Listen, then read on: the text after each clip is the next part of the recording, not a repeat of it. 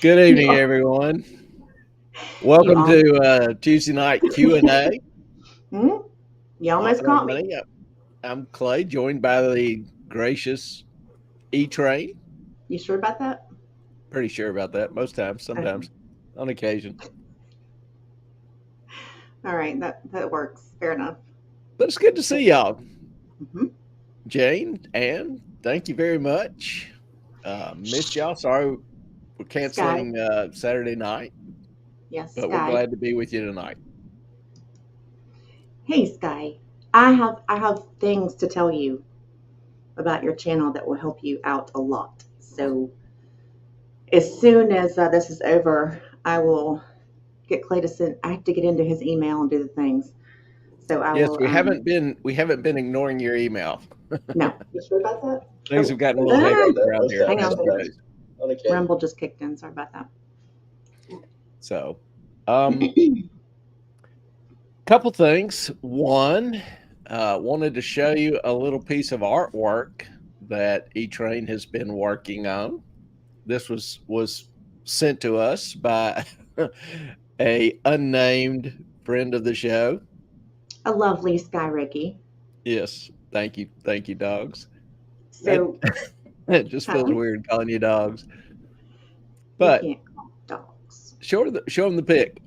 Oh well, okay. You gotta make me big first. I hate being big, but go Gonna for make you it. big. Go ahead.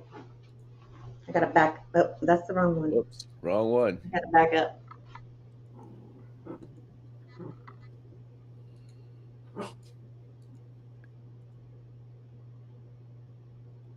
He'll figure it out in a minute. Well, You can put you in the bottom corner. I think. Oh, that works. Well, nope, that doesn't work, does nope. it? I need you big. How do I get you big? All right. Ah, there we go. All right. So this was something sent to us by Sky. Can you hear me, Moffat? Can anyone hear me? And I have been working on this for quite. This is the bull. That's what I call him, the bull. Um, it has been. I work on it a little bit every night just to try to get a little bit more done because I really want it finished. But it's getting there, and I love it. And thank you. Oh, hey, Sandy. Hey, Carson. Well, hey, Sandy, good to see you. Carson, welcome. Yeah. So, Hey, you oh, losers. thanks, Jane. I told you I would cheer you up a little bit. That's the bowl that I've been working on. What's really funny is you ought to hear Ellen while she's doing this. It's basically a paint by numbers, and she's Y'all. talking about how difficult it is to do paint by numbers. It is not the simplest thing in the world. I don't care who you are, but it has been, it keeps me busy at night. It keeps me out of trouble. How about that? So thank you for that, Sky. It has been fun. It really has. And Sandy, good to see you. We've missed you as well. Yes, we have. Where the hell have you been, girl? I hope you're doing okay. I meant to Yeah, check in on you a few times, but life has been, as you know, nuts. So, for those new to the show, Sandy was a regular early in the show's history, which stretches back all of a year and a half, maybe. And yes. then she's been a little absent, but Well, Sandy and I go way back before even the show yeah, with the Secret and all that good stuff. And Secret gave her quite a bit of a workload when she passed, but Sandy has been killing it, rocking it, doing all the things. yeah. And Sandy, anytime you want to do some more free research for somebody, I The got Clay your is all card. in.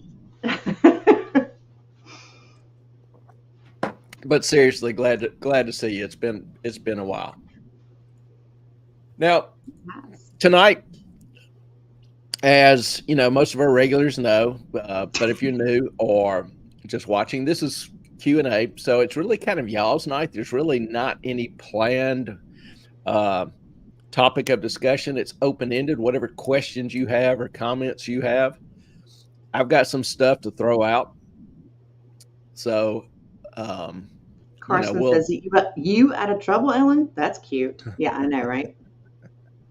yeah, We catch up, Sandy. That's a lie. Yeah, I'm never actually out of trouble. I stay in trouble. She creates a lot. She has that gift. Ellen has a unique skill set. She's not scary, but she has a unique skill set. And I'm not funny either. I used to tell him I was scary. I was like, I'm very scary. He's like, you're not scary. There's nothing about Ellen you. is funny. She just got no jokes. Sandy, I feel you, you know? Hope everyone is enjoying their record heat wave. I think it's just, starting up. Supposedly is going to be a increase of 3 to 17 degrees for kind of the Midwest and to the east. Now in Montana and to the west, they're having record lows, down 24 degrees from their normal. Wait, let me back that up. I said record? No. None of this is historic. None of this is a record. Heat waves have occurred before. So here in our area, we're going to be about 4 degrees above normal, which has been absolutely brutal. See, you told me yesterday it was going to be like super hot here. And today it was like not as hot as it has been. So I'm not sure. Don't let Ellen fool you. She's just being modest. It's been absolutely brutal. This climate change is just absolutely devastating. Jane, he wants to be normal. Come on. I know, right? I like to create chaos everywhere I go. And Clay will tell you that's absolutely true. It is, oh gosh, what was I going to say? Oh, again, disclaimer. I know a lot of you already know this, but yes, I look all kinds of places because I've got all these screens I'm trying to keep up with. So I do apologize if I seem like I'm not paying attention or rolling my eyes or whatever, because it's just something I have to do. Yeah, it's actually just a convenient excuse for Ellen's AD&D. AD&D? You mean ADHD? ADHD, same thing. And my 4 screens. She loves that stuff. Yeah, it's hell here only eating popsicles. I feel you. We'll have one tonight after the show in your honor, as we reply to your email before long. Yes. Also, kind of big news around here today. Finally was able to switch our solar system on today after fighting to do so for 2 years. Hang on. I got to give a little back story.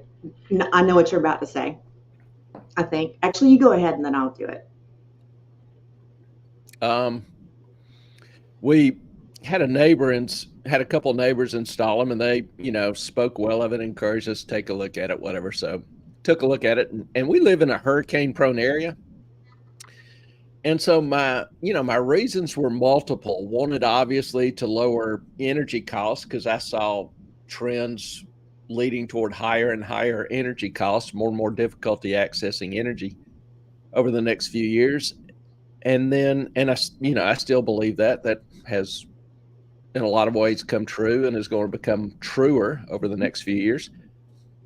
And then another reason was being in a hurricane area, we can have extended or prolonged times with outages. So the stuff in your even if we don't have hurricane damage, some of the main trunk lines or whatever may be knocked down and or out of service, substations knocked out of service, that kind of thing. Anyway, I thought the ability to generate electricity during daylight hours, would help keep the refrigerators on. We could do, some modest cooking, maintain some hot water, those kind of things.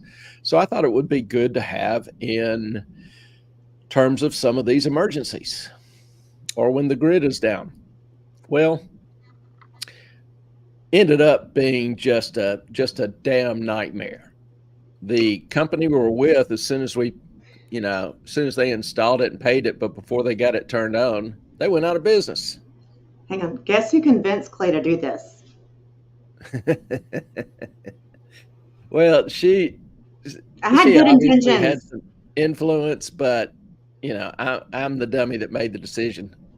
Letting the cat out of the bag. I wouldn't do it again for several reasons. One, just 2 years of paying for it and not getting anything out of it. The headache, pain in the ass, however you want to describe it. And secondly, I found out some other things about solar energy that I just don't like. How some of the minerals are obtained and, some of those things. And Yeah.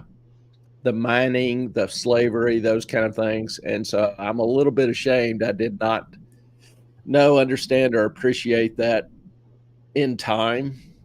He's a little ashamed he listened to me. No.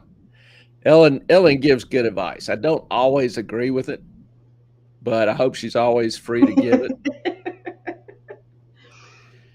And, I'm a big believer in women's intuition. I don't exactly always know or understand how it works, but I've just seen it down through the years. There's something to it when they have a strong feeling or something. So, and I trust Ellen. So, I trust her that she will try to do what's, in mine or our best interest. So I've only saved your life a few times, so I guess you have to. Yeah, she will never let me forget that. One time after I'd had my knee surgery, we were out at the beach and I don't know, 3-4 foot waves. They were enough to knock you a little off. Okay, 3 foot waves. 2 foot waves. Knock you a little bit off balance. And my leg was numb and had no strength. And I got knocked off, on my knees. And with the waves and the churning water, I couldn't get my legs under me. And so literally Ellen's close by. She comes and helps me get up. That's, her idea of saving my life. You would have drowned. I was in 18, 20 inches of water. I was stumbling around. It was a 3 foot wave, and now it's like 6 inches. Okay. Well, when the wave wasn't in. Anyway. So actually, we were walking down, and he almost fell, and I grabbed him to make sure that he stayed on his feet. But because you would have drowned. You can drown in 6 inches of water. So Ellen has her side of the story, and I have mine. Pick your. I'm usually right. All right, Sandy. Whoop, you missed that one. Whoops. I'm headed to San Antonio this weekend. You'd think I'd go to someplace cooler. Yeah. What's wrong with you? Sandy, we can't do that. That's just icky. It's so icky. What takes you to San Antonio? Friends, family, business? That's not a common vacation spot this time of year. And Carson, you got frost last night? I got nothing. Yeah, clearly, parked my car in the shop at work and the windshield was clear. You and Sky are living in two different places because she's eating popsicles. So Carson's in the 30s or 20s, and Sky is in the 50s. Canada, right? Got it. Advanced D&D is a bit different, Clay. I have never played D&D. Don't really know the game. Yeah. I had friends that did, but no, I got nothing. And Sandy really is not going to a hotter place. Jesus. Oh, if it's in the hundreds? Yeah, it's already in the hundreds here. I don't think San Antonio is going to beat that by much, if any. So you may actually be getting some cooler weather. It should be drier, though, right, in Texas? San Antonio, yeah, middle of Texas. Now down by Houston or whatever, you've still got the humidity. Well, I'm not going to say where Sandy lives. I'm just saying I think San Antonio is drier than where she is. Yeah. So hubby's family. I love you, Sandy. I would never do that. Glad you're able to see some family and have a little little trip this time of year. All right. If it's working now, you'll be happy when everyone else is without power and your lights are on. Yep. Okay. Okay. Carson, catch up. Catch up. Oh, let me go back to Jane's post. Second thing was my understanding. I didn't get a battery because then a battery was like an additional $35,000 or $40,000. The price on them had just gotten stupid, so I thought I'd wait a little while and let the prices come back down, or some new battery technology come out, which I expected graphene or some other battery technology to come out. So I didn't get a battery, and now I find out a couple months ago that the way the power company hooks up and connects the meter and runs the power through the meter, that it won't be available to me if the grid is down, because their meter is fed off of power from the grid. But not our solar. Not from our solar. So even if our solar is still cranking out power, it won't get through the meter. So I'm like even more irritated. So, I have paid my tuition. I'll just leave it at that. Yes, and I did say AD&D instead of ADHD. Now I get the D&D, the Dungeons and Dragons reference. Oh, I thought you were talking about. Okay, sorry. Yeah, I didn't pick up on that at first. I have students ask me to repeat what I just said, and I'm like, I have no idea. Once I say it, it's like gone. Imagine that. Imagine having an affliction like that, Clay. I can't relate at all. And we're going to celebrate with Carson because he is caught up finally. Oh, he was yelling at me because I was like, "Catch up, Carson," because I knew you said AD&D, Advanced Dungeons and Dragons. Now I get it. He said, "You're taking too long to read the comments," so it gets lost. All right. We got, hang on. No, it won't. And Ellen, it's humid there. Sorry, honey. Yeah, I was thinking San Antonio might dry out a little bit, but I guess it's not far enough away. Possibly. And Carson, your solar should not be tied in pre-meter. It's not. It is direct, I guess, into our dog's breaker box. No, the power it generates goes through the meter, because that's how Duke tracks what we produce. Yeah. It kind of makes sense if you think about it. That's because any excess power I produce, Duke will buy from me, give me credit for. And so the power runs through the meter where it's credited, and then it goes into the general grid, and then power from the general grid supplies the house less the credits. So if you think about it, it does make some sense, but it still doesn't though. No, because it should just take what the panels aren't providing. Because I wish it had a bypass to where I could switch it away from the meter, so Duke wouldn't credit me anything, but I would have the power available for the house. Hey, Clay. Hey. Read. Ellen, when you're up in PA, I'll show you all the tips and tricks for D&D. Shh. Power. Hush. Okay. Okay, so we will do that. And also, yes, Sandy, you hear all the babies. My little goofballs. If you have not, please go to the Dogs Discussions channel on YouTube. You will see me there and my babies, and you will help Sky Ricky out. Join, subscribe, like, hit all the things. get notifications. She's got some really, really, really cute videos of dogs. Um, and she is just a wonderful human and deserves all the love in the world. Yeah. How So about that? y'all, if you love dogs, you'll love the channel. Hmm. You'll love her Insta. It is so cute. It is so darn cute. And she's on Instagram as well. Dogs Discussions. So please, please, One please. word. Yeah. It's No, all one word. not on YouTube. Instagram it is. Yes. But not on YouTube. I will actually find the channel and I'll put it up here and pin it. How about that? Sounds good. Carson has a couple comments. That should only matter for the power when you send back to the grid.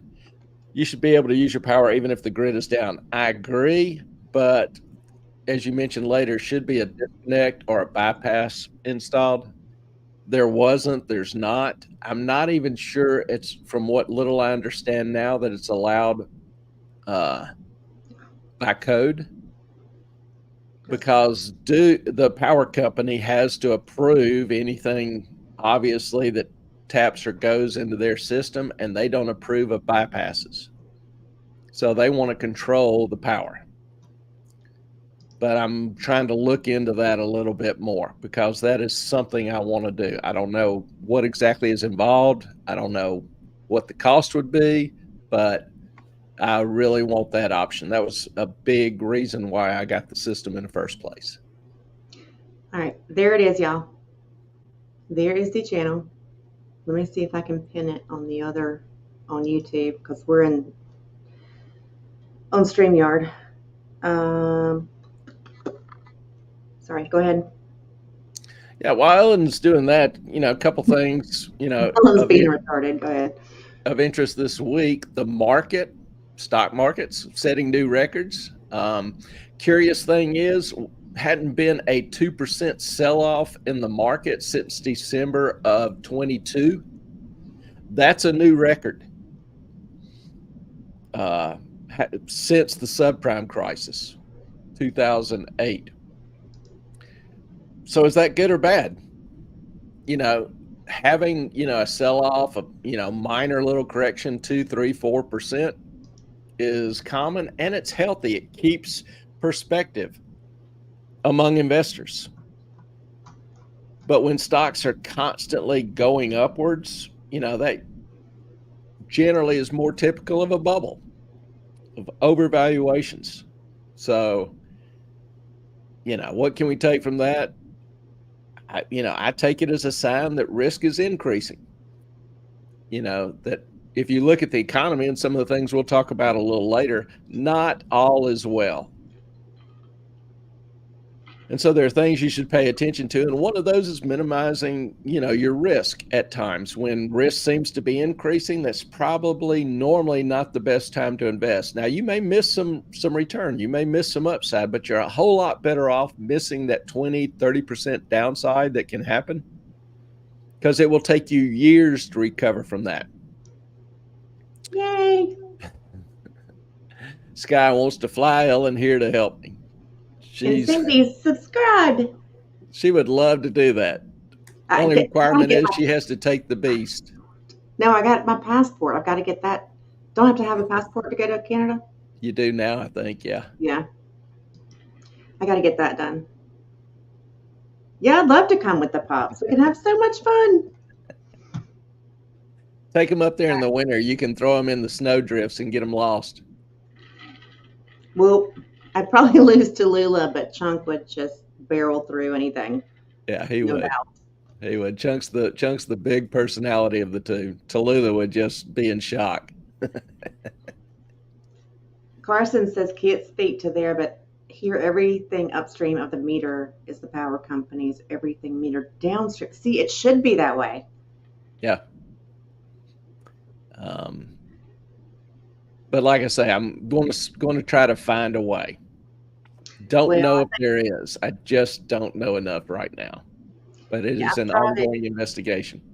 I am driving up to my grandfather's on the 26th, leaving his house or his area the 28th, and then going up to Pennsylvania to see Jane, we're going to do some videos on solar cooking. Yes, solar cooking, not with solar panels, but I No. mean, well, I don't even know. I don't even know how that works. you know, it's solar cooking. It's not electric. Well, I don't know exactly whether she's using reflective power of the sun or panels to heat. Don't know. I'm gonna find out. And But if y'all are share it with all familiar, y'all. if y'all are familiar with Jane, you kind of probably have an idea what we're talking about. If you're not, Jane has actually hosted a show describing different Herbs you her can love and like- affinity for dandelions and other weeds. She knows when you kill them. She sends me a text every time. She's like, he's doing it. Yeah, I'm like, how do you know? I don't even know. the And I'm like, dandelions "Well, are screaming out in the universe. Sandy, you got to check out that stream. It was a Tuesday night Q&A with special guest Jane Post. You would love it. It's all about natural medicines and what plants can make you feel all awesome. Please, please, please check that out. You would love it. A night on herbology, and we'll have some Mhm. others, because we do encourage people to be self-sufficient and to know more how to provide for themselves and take care of themselves. That's kind of, you know, one of the tenets of this show. Ooh, 3 And different so types. we will have, you know, follow-ups on that. All right, Jane, what are the types? You got to tell us now because I got to start making notes. What are the types? All right, while we're waiting on Jane to fill some of Wait. that out, we're 8 talking dandelion about the flowers. economy slowing. Oh, hush. This is their night. Hang on. 8 dandelion flyers the first time a couple weeks ago. They? Did you really? I'm Well, so now, impressed, Carson. was that pre-roundup or post? Moffat. Here, you know, Roundup can Well- add kind of a little bit of a salty flavor. I'm going to have to go start eating some dandelions. But I got to be careful around here. The water ain't good. Box cooker, biosilicate tube, and parabolic cooker. I think the tube is the one that she showed me a picture of. And she said she's going to get all of them out when I come up there. I am so interested. This is going to be so much fun. I'm excited. And we will have video and pictures and discussion on when Ellen returns. We'll probably, we might even do, I mean, I'll be live there. So, I don't think you'll be there on a Tuesday, though.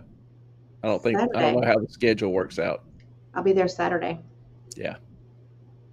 I mean, you can do it live if you want to, but cooking's kind of a slow process. So I don't know if that'd be the best way to do it or not.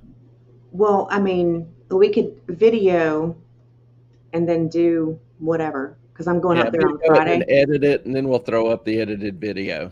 Well, we'll see. Okay. That'll So eliminate any bloopers and bloopers. Bloopers are the best part. well. I there mean, can who be a doesn't separate laugh? section on those. Do what? There can be a separate section on those. Jane, I'm so proud of you, Carson. See, you can eat them, Clay. You just can't kill them. Property that doesn't use poisons. Good. And the tubes are the ones. I thought so. I thought. Well, you'd be pleased to know that what I use is vinegar, salt, and dish soap. It is a great weed killer, even though he kills the dandelion. The dandelions scream to Jane every time you do it. He does not use pesticides. He just uses the vinegar, the salt, and the dish soap. Now, if I get mites or aphids on my roses, like I say, I've got some roses that are 80 years old from my father. Mhm. And those I will protect. I try not to spray the open buds in case bees are pollinating or whatever. But, you know, I will use pesticides to try to keep those plants alive. Jane, they do scream to me. I have to text Ellen to make him stop. Clay will come in and he's like, "Why are you telling Jane that I'm killing dandelions?" I'm like, I haven't told him anything. I don't know what you're talking about. I haven't told her anything. I don't know what you're talking about.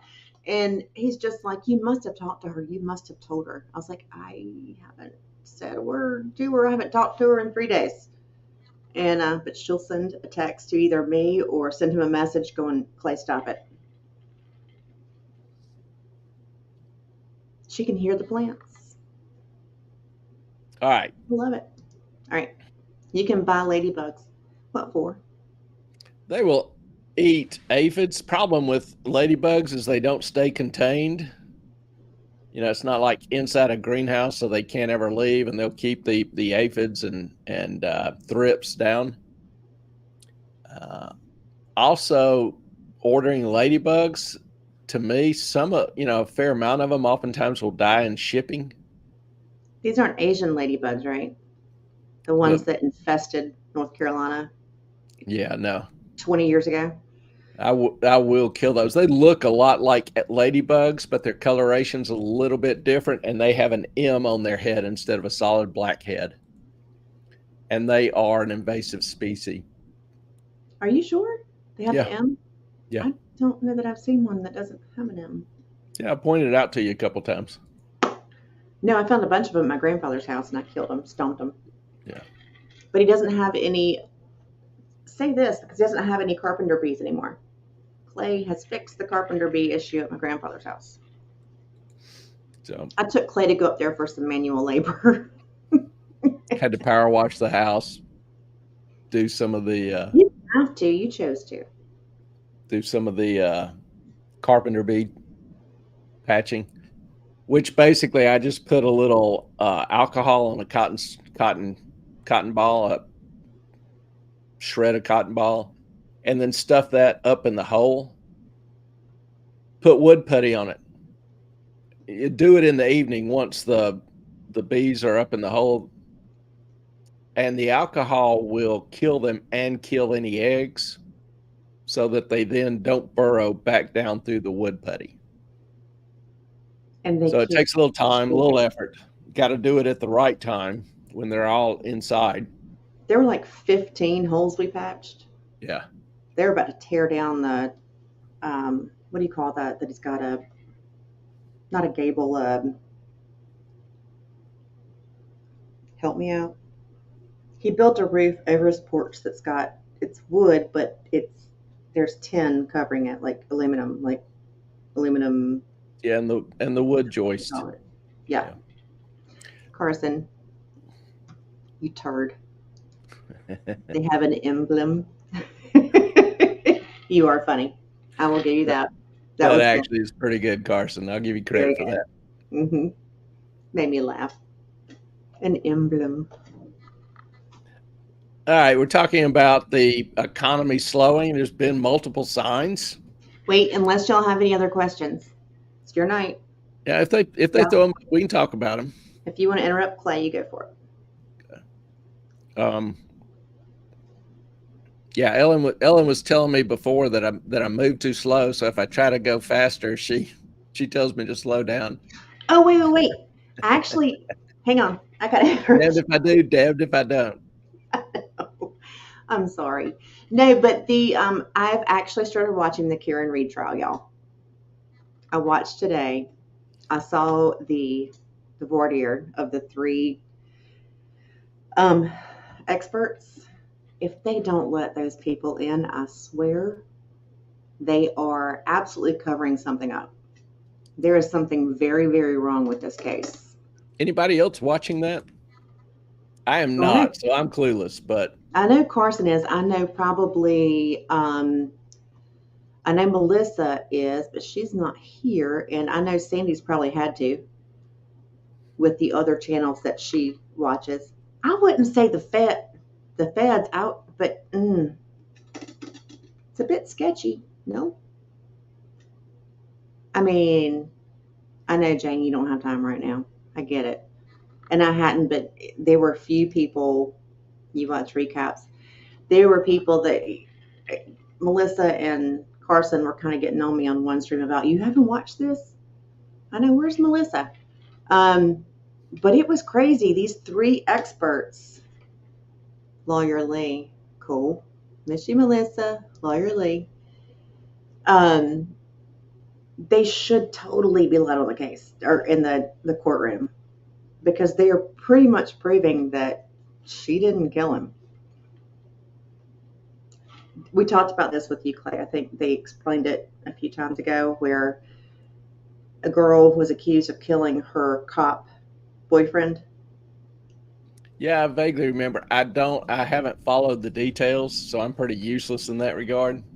I talk to you about economics and the economy and finance, and Well, I was like, okay, because there's something going on. And I was just like, okay, let me see what's going on today. And it was a non jury all day. Yeah, they've been covering a lot of it. Um, but I can't watch the whole thing live. I just have to like speed through it.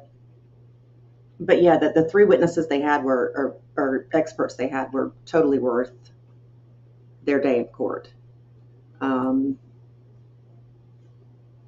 so I hope that they get to be expert witnesses in front of the jury. what were they saying? What were they expert witnesses on? For those of Um, us that haven't watched it. oh, well, the first doctor, she has seen like gazillions. That's obviously overstating it, but of dog bites, dog bite cases. She worked for UCLA Hospital, Southern California, whatever. She was like also an adjunct professor, blah blah blah. So she's also a forensic pathologist. And she was saying that all of the scratches on the cop's arm were from a dog bite, a big dog. Now, I haven't heard about dogs in the trial or lived on the property or whatever, but the owner of the property was also a Boston police officer. And there were some text messages saying that, you know, she's going to go down for it. It doesn't matter what. Sorry, I'm looking at everything. Runkle recap. That expert was a Mike Foxtrot joke. Oh, gotcha. Yeah. But you know what that is, Clay. Mike Foxtrot. Okay. Yes. Anyway. MF joke. Yeah. Okay, here we go. See, Carson's going to do all this for us. Brian Albert had a GSD that has since been really okay. Janine, hey, here we go. Been watching. This is my first live. Hey, Janine. How you doing, Janine? Appreciate you coming. We're glad to have you here. Commenting. I'll get it right in a minute. Glad to have you. So, Carson, what kind of dog is that? Like a German Shepherd. German Shepherd? Okay. Yeah. Oh, has since been rehomed. Anyway, he had a mark on his head. He had 2 black eyes, and he had scratches on his arm. And that was pretty much all going on. Okay. At about the same time, so Brian Albert was the cop that owned the property that, give me the name. I just started watching it today. Help me out, Carson. The guy that died.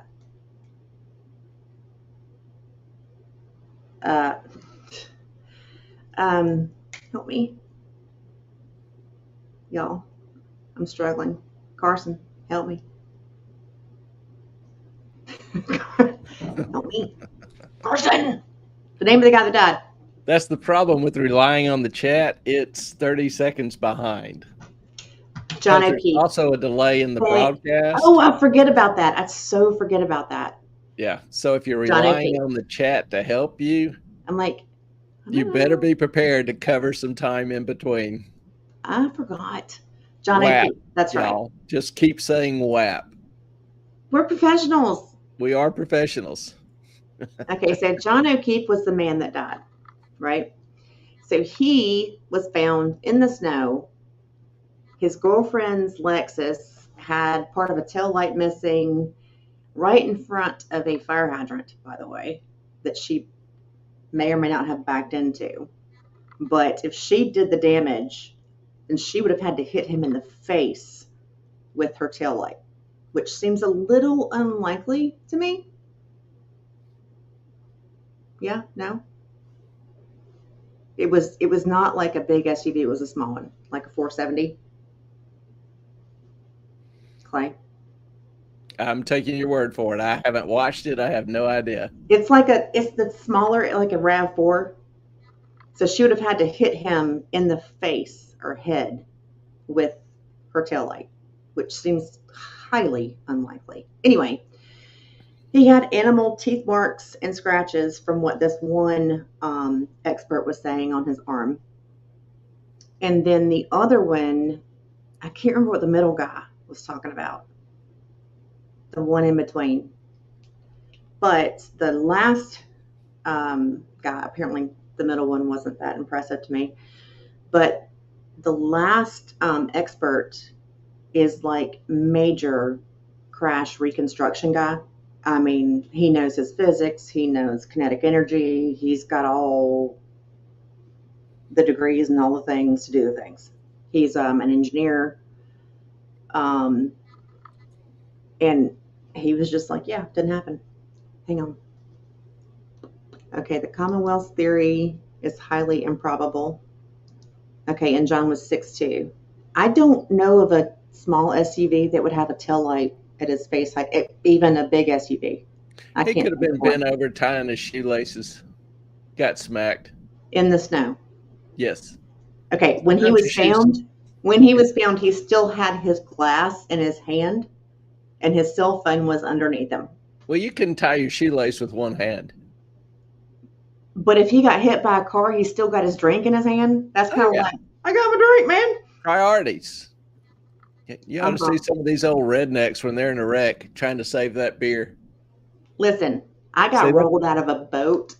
That's the privilege of being raised in the South. Across the windshield of the boat. And I had my beer in my hand when I came up out of the water. I get it. But it wouldn't have hit his head. Exactly, Janine. It could not have hit his head. There is no way. Because he had black eyes from what one person said, a cut in his head, and then the things on his arm. Help me out, people. Doesn't make sense to me. Carson, I can't believe you wouldn't trust the government. Seriously. We all trust the government.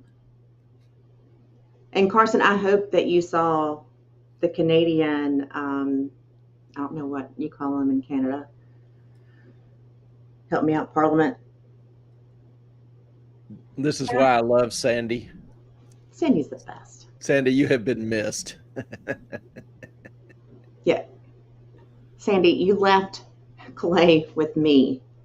With me. He's not the happiest human. He's like, where's Sandy? I may never forgive you for that. Yes, Sandy, I'm sorry. You and Clay got to make up on that one. He might have hit his head on the curb. See? To give him black eyes? I don't know, man. No, after he kissed the tail light on the car, it kind of turned his head around, and as he fell, he face planted into the curb. He's 6'2". Because you're saying he's tying his shoes. Because clearly the one that fell off. Or he had come out of his shoe and he was down trying to get his shoe back on. Okay. We'll see that. Expert claimed his arm got hit by the taillight. So it bounced off his face and hit his arm. And there were scratches that were like 3 this way, bites, and this way, and it was the taillight. Because they puncture those that's damn probably plastic pieces. It's probably some of the sewer rats munching on him while he was down in the curb. Okay, you got to show that short.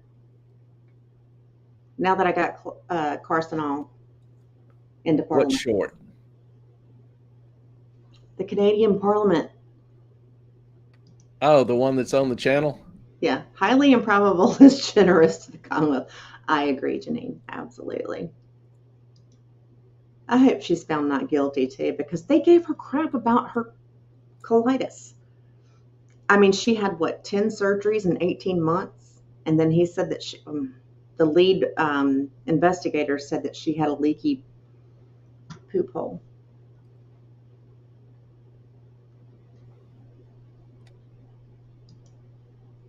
I don't believe she had him. I don't think so either. Hubby's been following the case closely and is highly unlikely in his opinion. Remember, he's an accident. Yeah, true. I believe it. I don't think she did either. I think they are totally pinning this on her. He looks, or the pictures seem to be that he got his face smashed in by a large fist. And then he got chewed on by dogs, or the German Shepherd. You ready for me to share this? Oh, yes. Let me take the comments down. All right, y'all. Carson, have fun. Everybody else, do the same. You got to make it big. That's about as big as I make it. Okay. All right, and this also is under our shorts on our channel if you want to watch it a little bit bigger. But really, once you hear it, it's hilarious.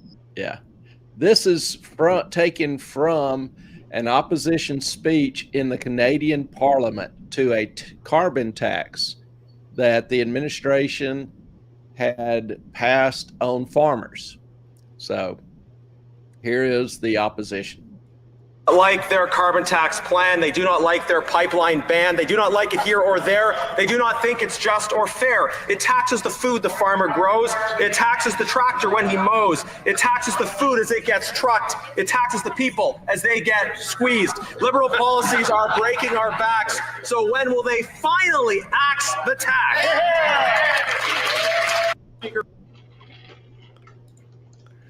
So Carson, that's for you. Yes, Carson. See, I do the things. I do the Canadian things. He might have had the snot kicked out of him at the house and been left to die on the lawn. That's what I'm thinking. He landed on the lawn, not the curb. And he had his phone underneath him. None of this makes any sense. And his glass in his hand. It's just ridiculous. I don't believe she hit him. Hubby's been following the case closely, and it's highly unlikely in his opinion. Remember, he's an accident investigator. Her husband. So,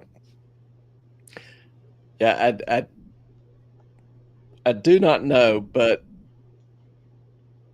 maybe you can show. I find the observations to be fascinating. That in the snow, you're probably not hit by the hoe. I'm trying. I don't know. Sorry.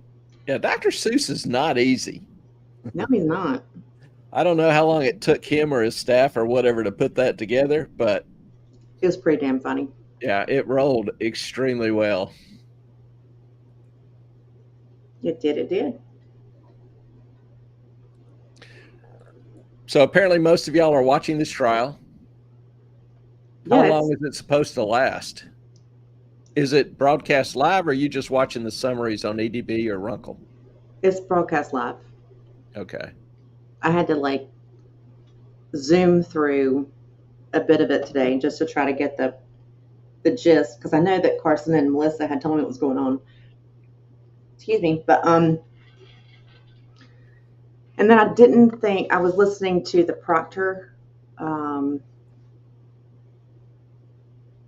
testimony, and I was like, when he called her all of those names and then told his friends that he'd already made a decision within 16 hours, he texted his high school friends and said that she was going down for it, even though the guy that was killed and the guy that owned the house that O'Keefe lived in were both Boston cops. And then making fun of her with his high school friends the same night that he even got the case, which was 16 hours after he got the case. That's freaking cray-cray.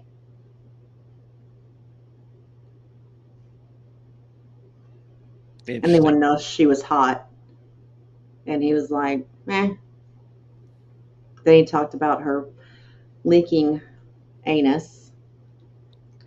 And because she had 10 surgeries in 18 months on her colon. And that was on, I think, February 2nd. I agree. His badge should be gone. That was the craziest just breach of trust and everything else. He called her a lot more than retarded. I mean, he called her the C word. He called her lots of things.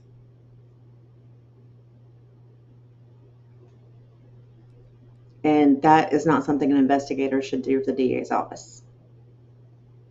The investigator called her that? Yeah, the investigators who I'm talking about, the lead investigator for the DA's office. Huh. And made fun of her MS. Yeah. Interesting. Now, what province is this, or this is agency? Boston, Massachusetts. This is the DA's office for that area. It was in Canton. Yeah, no ethics or integrity.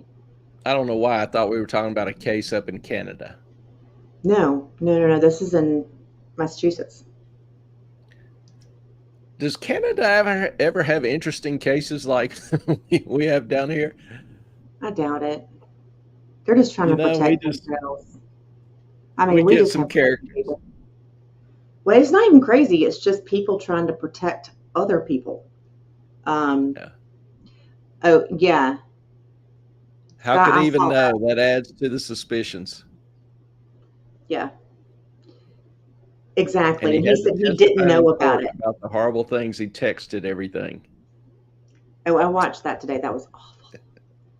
Yeah, the fact that he knew that she had the colon issues, and he said he didn't, but the fact that he texted that is really, how could you not know?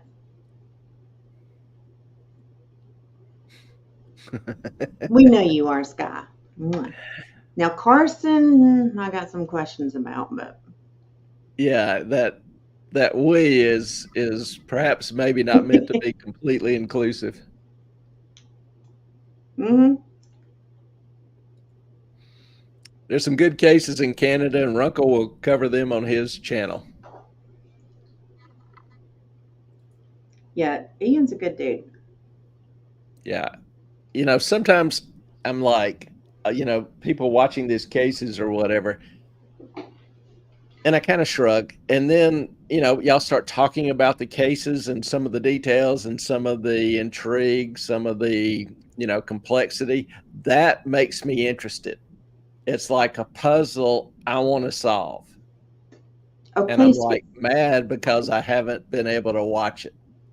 Clay gets so annoyed. Okay, so I started like the YouTube LawTube thing with, of course, not the trial in Wisconsin, but the Depp Heard. Then I got a little hooked on the whole thing. So then I watched the Murdaugh trial, and Clay was like, "What's going on? What?" And then he started watching, I think, a little bit of it, or little takes or recaps. And now I have been ignoring this one because I was like, I don't know what's going on. And it is a huge puzzle. So is the Dern one with the young thugs in Atlanta. Yeah, I remember on the Murdaugh, I got asked a question, the difference between a magazine or a clip or whatever. And so did a little video, and it's one of our first videos talking about that. And then watched the ballistic, quote unquote, expert. And he was just contemptible in my view. He didn't know his ass from a hole in the ground as far as ballistics. Can't even figure out the equation of a line. He doesn't know the basic algebra. That's how I get suckered in, Clay. Yeah, I can relate to it. But when somebody first throws out, another trial on YouTube, I'm like, oh, okay. But then they start talking about it, and the mystery builds and the puzzle builds, and how does all this fit in and all. And I'm like, I got some catching up to do. Yes, it is, because the attorney for one of them was put in jail, and apparently the judge was having an ex parte meeting with the DA's office and one of the witnesses during the trial, and didn't, after the witness had already been sworn in the Friday before this meeting, ex parte did not even tell the defense about it. And so the defense's attorney was like, there's an ex parte meeting, and I know this, and this. And the judge flipped out because he wouldn't tell him where he heard it. Yeah, I ought to put up a poll real quick. And arrested him. I ought to put a poll up real quick. Which nation, which country has the most screwed up justice system? And there's only one answer. There's only one possibility. I know. The defense attorney was not acting out of character. He was not doing anything wrong. He just brought up the fact that, you had an ex parte meeting and you can't do this. But he did it anyway.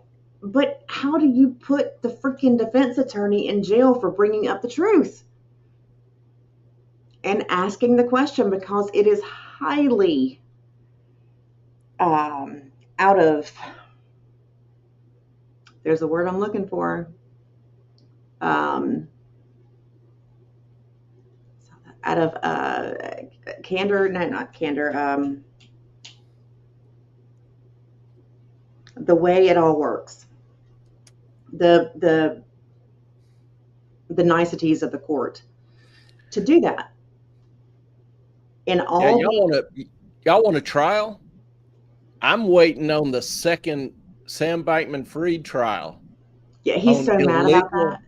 On illegal campaign contributions, where he donated $100 million in stolen money to different campaigns. There's, obviously no real public benefit in having that trial and finding out where all the money went and to who. But I would find it mildly entertaining. So, I think Sandy said, I'm embarrassed for Georgia. I'm embarrassed for the country. There would not be a bigger, more important trial than that Sam's second trial. Where is it? It's not happening. Prosecution in New York has declined the prosecution because they think it would interfere with the, public significance of the first trial. I forget their exact words, but it was some lame ass excuse. Anyway, so I'm embarrassed for the country as a whole, not just Georgia, New York, DC. We have the most screwed up justice system. All right, Janine, go for it, Clay. There's been so much I haven't been paying much attention to, but this last tantrum he had was disturbing. He needs to be off the bench. I assume that's the Georgia judge trial. Yeah. Yeah. The judge, he just lost his mind. He had 25 lawyers showed up to support the defense lawyer. I don't understand why, when it's so obvious. I mean, I'm not a lawyer, but I understand the impropriety of a judge meeting privately with only one side during a trial. And why wouldn't there even be immediate grounds for dismissal? I don't understand.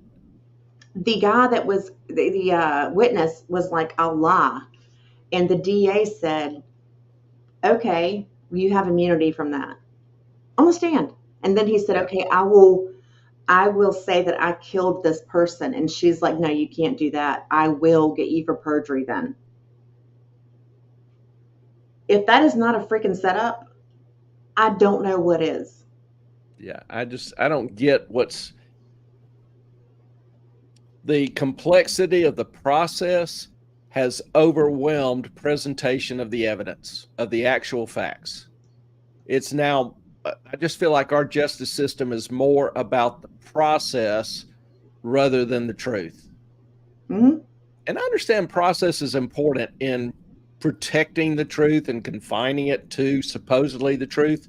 Right. But we've gone way beyond that now to where it obscures, hides, deflects from, however you want to word it, the truth. But this is also the Fannie Willis, Fulton County. Yeah. But I mean, my complaint is not limited just to that judge. Oh, I know, but I think that if you have one bad egg leading the group, everything goes to crap. And Fannie Yeah. Willis, that is her district. Yeah. And her DAs. And I think, I mean, It's just corrupt as hell. There's no other way to put it. Janine, I love the way so many defense lawyers showed up for him so quickly. Good point. I think everybody appreciated them showing up. And I think it's important that they do stand together. They needed to make a statement. they did. And the judge that defended Trump was the one that defended him, the attorney, the defense attorney. Well, they needed to make a show and get some publicity out that. And how that judge still sits his ass on the bench, I don't know. Clay, they wouldn't let him in. They would not let the attorneys in because they said they all had to be searched and they all had to be patted down and they all had to go through screenings to even make it into the courtroom. So she got one other attorney in the courtroom. That's it. The rest of them were outside. Officers of the court now need to be searched. Was the judge searched before he went into the court? I'm guessing not. Y'all tell me if I'm lying. Anyway. But that is, ugh. I think Sandy was saying, oh, same Clay about the Sam Bankman-Fried. Yeah. Yeah. And, oh, that would be absolutely amazing. But, yeah, no one's going to touch that. Too much transparency will happen. And God knows we wouldn't want transparency about how politicians are funded and by who. And the truth. That would be absolutely horrible. Mm-hmm. Fulton County has always had ethical challenges since I can remember. I'm from Birmingham, Jefferson County, so there's just nothing I can say. You kind of get all that, don't you? Yeah. Yeah. It's just, and it's obvious. It doesn't take, X-ray vision to see it or discern it. It's just obvious. In Pennsylvania, judges do not go through metal detectors. I went in as a Joe, and they didn't make me go through the metal detector either. Yeah, it just seems to be kind of selective. And, I understand you don't want an enraged family member carrying a gun to try to assassinate somebody they thought hurt their child or killed a family member. But 25 attorneys who are officers of the court. Yeah. Have, seriously? Distinguished track records. Yes. And not allowing them in the court. Yeah. They would not allow them in the courtroom. Yeah. They all wanted to come in. And Ashley Merchant was like, I've got all these people, these attorneys, and, your people won't let them in. And they're like, well, that's because we don't have the time to screen every single one of them and pat them all down to get in here before we can make this thing go. And I'm like, she was blown away. She was like, well, can I at least get my assistant attorney? Because she's on a board of defense attorneys. She's like the head of the president of whatever that is. Sandy can maybe tell me. I don't know. But she's like, can I get, my second guy in here? And he was just like, yeah, I guess. Yeah, and I haven't been in every courthouse in the country, but I've been in a few more than I care to. And, It's my impression that they don't screen or have metal detectors at each individual court. They do it at the entrance to the courthouse. They will screen you as you enter the courthouse. Once you gain interest to the courthouse, you can then enter in any courtroom as long as there's available space. Right. I don't know how it works in Fulton County. Apparently, it doesn't work that well. I don't know. Yeah, it just sounds hokey as hell to me. It is, and at the same time, oh,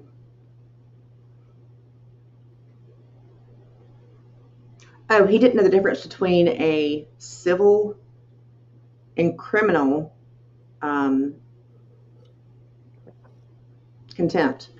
Who, the judge? He was playing both at the same time.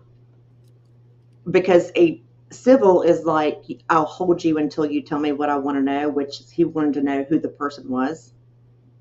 And criminal is different. You have like a max sentence of 20 days. Well, he was trying to play both sides of that.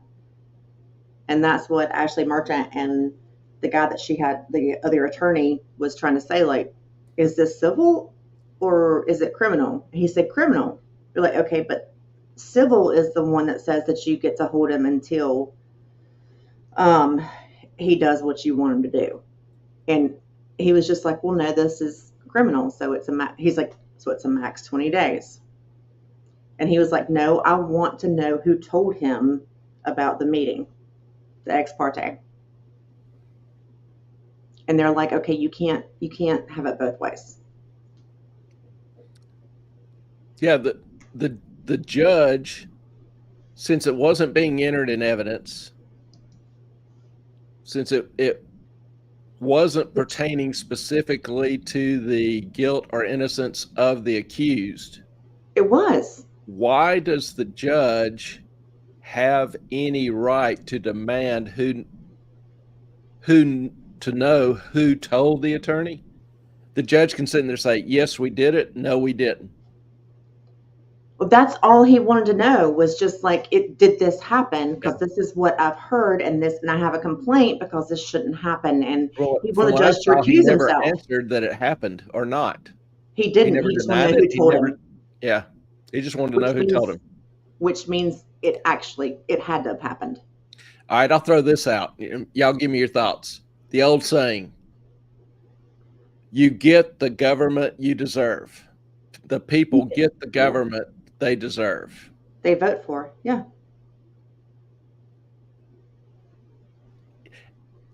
Is there any way possible to conceive that we, maybe we have as a society and as a people kind of degraded some or have lower standards, but have we really gotten this low?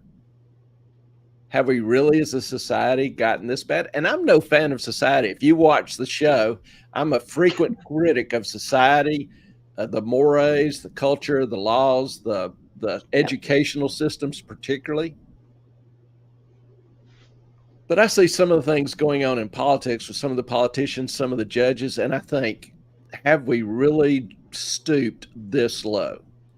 Yes, we have. It's not depressing, it's maddening. Yeah. It's highly, highly irritating that these are the people in charge of administering justice, protecting the rights of the individuals, demanding that trials be fair and impartial. I'm just about ready for a purge. I don't know about y'all. I'm probably going to piss some people off, but Clay, you got to remember, especially in Fulton County, this is the DA who had her boyfriend meet with the White House attorneys in order to get Trump. Oh, I know. I'm saying this is nationwide. It's not just Fulton County. Bragg, who said before his election that there's no evidence, as well as the SEC, as well as the DOJ, to actually get Trump on anything for the, Stormy Daniels stuff. I mean, it's, you get what you vote for. And And not only that, Sky, this week I've seen 3 different murder cases of American citizens that were murdered by illegal immigrants that crossed across the open border. Oh, there's a child. And what percentage of murders are solved? 5%? 10%? We're not even scratching the surface of the potential here. There's a pedo in North Carolina that was just arrested. That's an illegal. Yeah. And the sex trafficking that occurs, child sex trafficking, adult sex trafficking. The Border Patrol agents have multitudinous stories about some of the victims they incur, and they can't help them. They can't stop it. They can't forbid them from being released into the guardianship of the individuals that escorted them across the border. And we lost track of 80,000 children last year, 16 and younger, that were brought across the border without a parent or a blood relative. Yep. 80,000. How the hell do you do that? Anyway. They sent hundreds to one family in Florida who clearly could not house them all. What do you think happened to them? Yeah. They don't even know. They just don't give a damn. And they don't care. Yeah. We don't even have judges running unopposed here. It's maddening. We have a full ballot with absolute no choices at all. It's discouraging. I get it. There's unfortunately not a simple cure unless we can somehow quickly bring back tar and feathering. Ooh, that would be fun. You know, if some of these people feared being tar and feathering if they were corrupt or didn't do their job, you'd have a whole hell of a lot more of them paying attention to what they ought to be doing. And you'd probably have less of them running who didn't want to expose themselves to that. We just have no accountability for corruption in this country. Wait, yes, we do. We should, because listen, Clay, I mean, all of those people take an oath to the Constitution of the United States of America. What are they doing with it? And why is that they aren't being held accountable to that? The Constitution is. Yeah, when's the last time you saw, anyway, it's just very, very, very rare that you see a powerful public official being exposed for corruption. Right. And let's face it, I think we all have a fair understanding that it's not altogether extremely rare in this day and age. Yeah, I know. You've got politicians going up to DC who are poor. AOC was a bartender. She couldn't even afford to rent a place her first year. 3 years later, she's a multimillionaire. She's a moron. You have all these poor people going up to Washington who within a matter of just a few years, they're millionaires. They can buy stock on companies and industries they regulate, Republican and Democrat. I'm not just, pointing out the idiots in the Democratic Party. There's idiots and cheats in the Republican Party as well. Mm-hmm. And you've got, from my home state, Tommy Tuberville, who argues that congressmen should be allowed to trade stocks of companies they regulate. He says everybody else can. Why can't we? I'll be right back. Hang on. Keep going with this. Yeah, that's just, to me, unconscionable. There, you have people elected going up poor who become multimillionaires. Truman summed it up pretty well when he says the only way somebody can get rich in politics is to be a thief, is to be corrupt. He nailed it. Janine, that would be entertaining. It certainly would. And I assume you're talking about the tar and feathering. I think that would be entertaining as hell. I would pay money to see that. I would pay large money to see that. Jane, as Joe, I can tell most people they don't even know who's on the ballot. There are party people outside the polling place who will give people ballots and tell them how to fill it out. and that's a big problem in our society. We have such a short attention span. We as a culture are focused on entertainment, sound bites. We are absorbed with entertainment, entertaining ourselves to death, literally.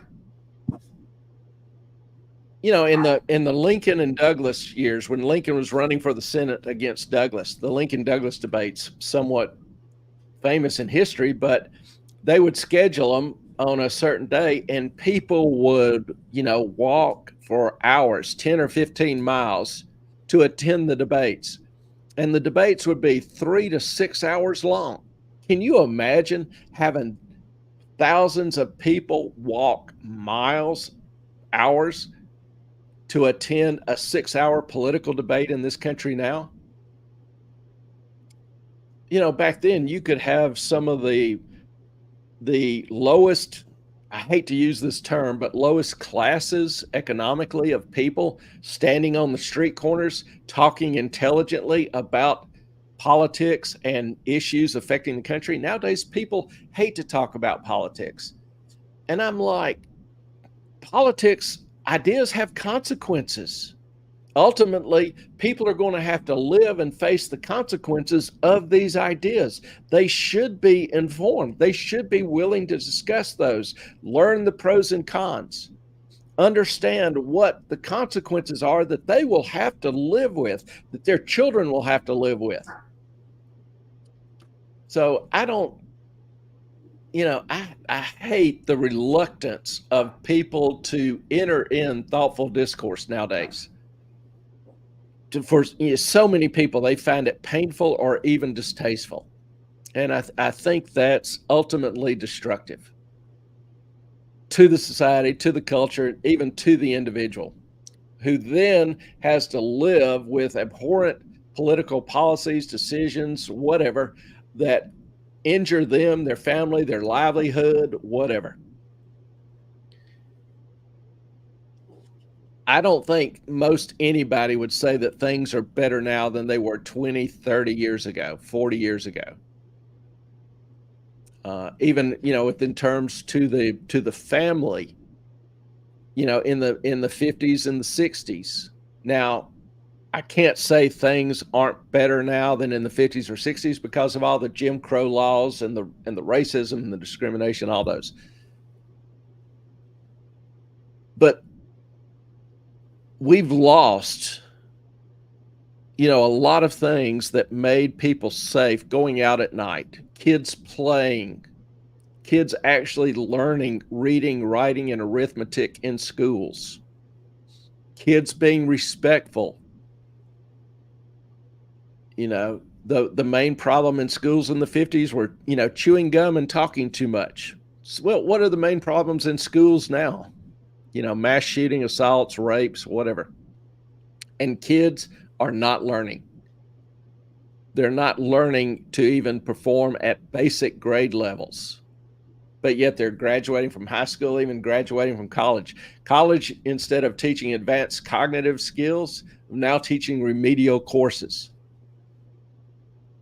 I don't think we have progressed in the way that we should have from those times. We have lost that which is good. We have magnified that which is not. And, as an educator and academician, that is, I'm part of the system. So I'm fussing at myself as well as others. I think that's just contemptible. No quick answers. No easy answers. But first thing is getting people to agree on the problems. At least recognize what the problems are. I see so many people get distracted in terms of some of the solutions they try to come up with. You'll see teachers' unions constantly arguing for more and more money. The Chicago school system spends, $27,000 per kid. You can send them to a good private school for half that.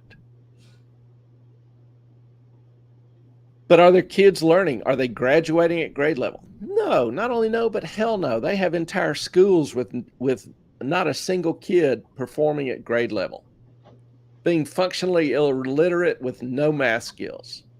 That's not building a better future. That's condemning them to a life of poverty and dependency. Anyway.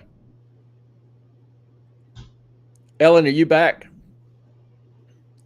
And for those of y'all who don't know, that is Tallulah, one of the pseudo stars of this show. She uses as a little icon.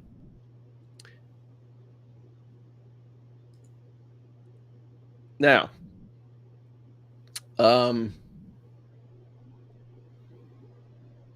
was talking a little bit previously about just getting back to, finance and economics, which is more my bailiwick.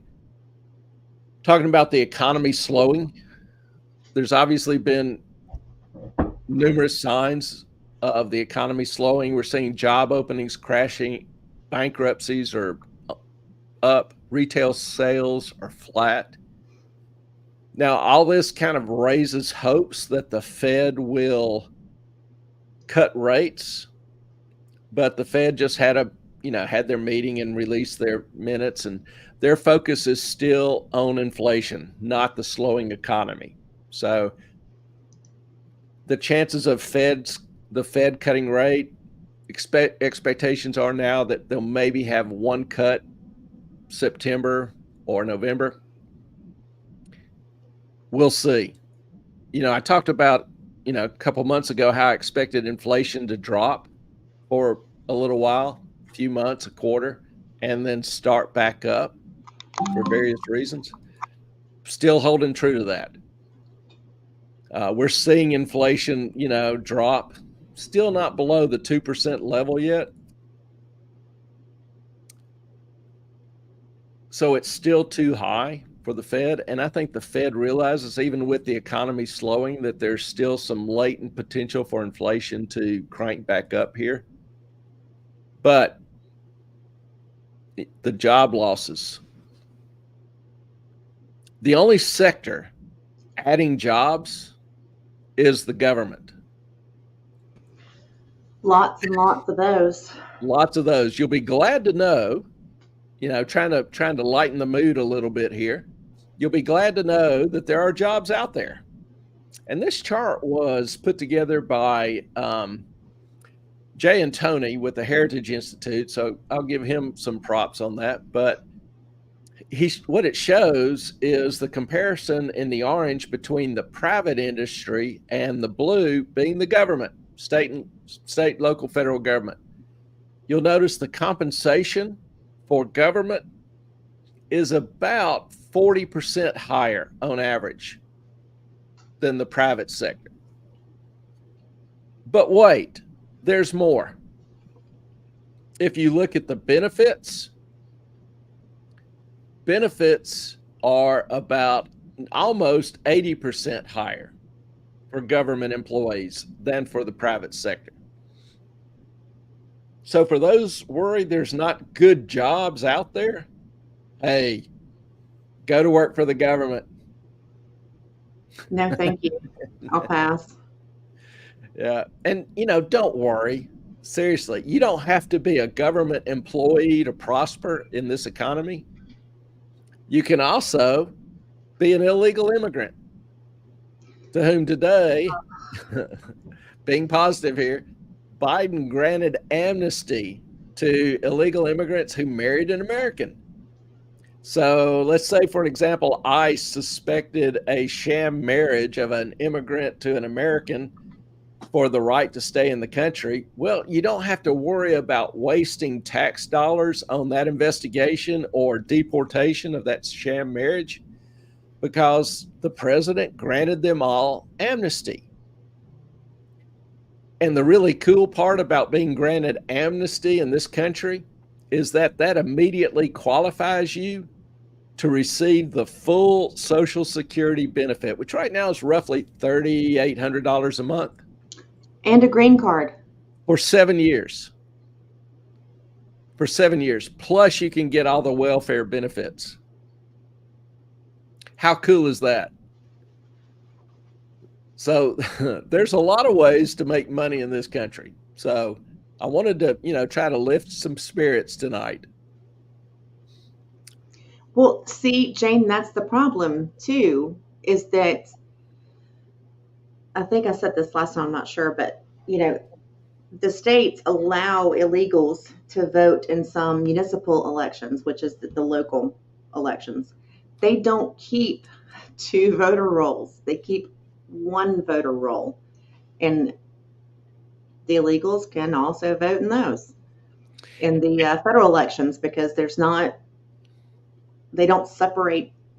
Well, we also found out that the Department of Health and Human Services, who administers the welfare programs, has been giving out voter registration forms with the welfare applications.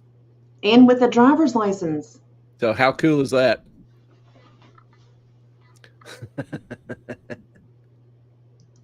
We will. We're going to have so many things to talk about. Might not be able to get rid of me. I don't know, Jane. We'll see. And we might not be able to get them all on the show. But should be an interesting weekend. For those of y'all that don't know, Ellen is going up to visit with Jane, and they're going to do a solar cooking class kind of thing. Expedition. We're going to have all kinds of fun. We're going to talk about all the things. Now, speaking of government in general, with all those government jobs, all those good, high-paying government jobs with the really, really high employee benefits, along with those jobs comes government debt. And the new CBO, Congressional Budget Office, just released an estimate for the debt this year.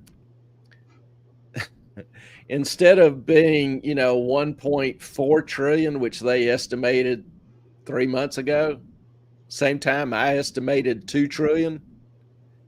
They now come out and say, well, estimates changed. Looks like it's going to be 1.9 trillion for 2024. Yeah. Well, what we did was we messed up. I mean, we weren't wrong because they would never say that. Never. Now, the best number is that they say the federal government will incur an additional $24 trillion in debt over the next decade.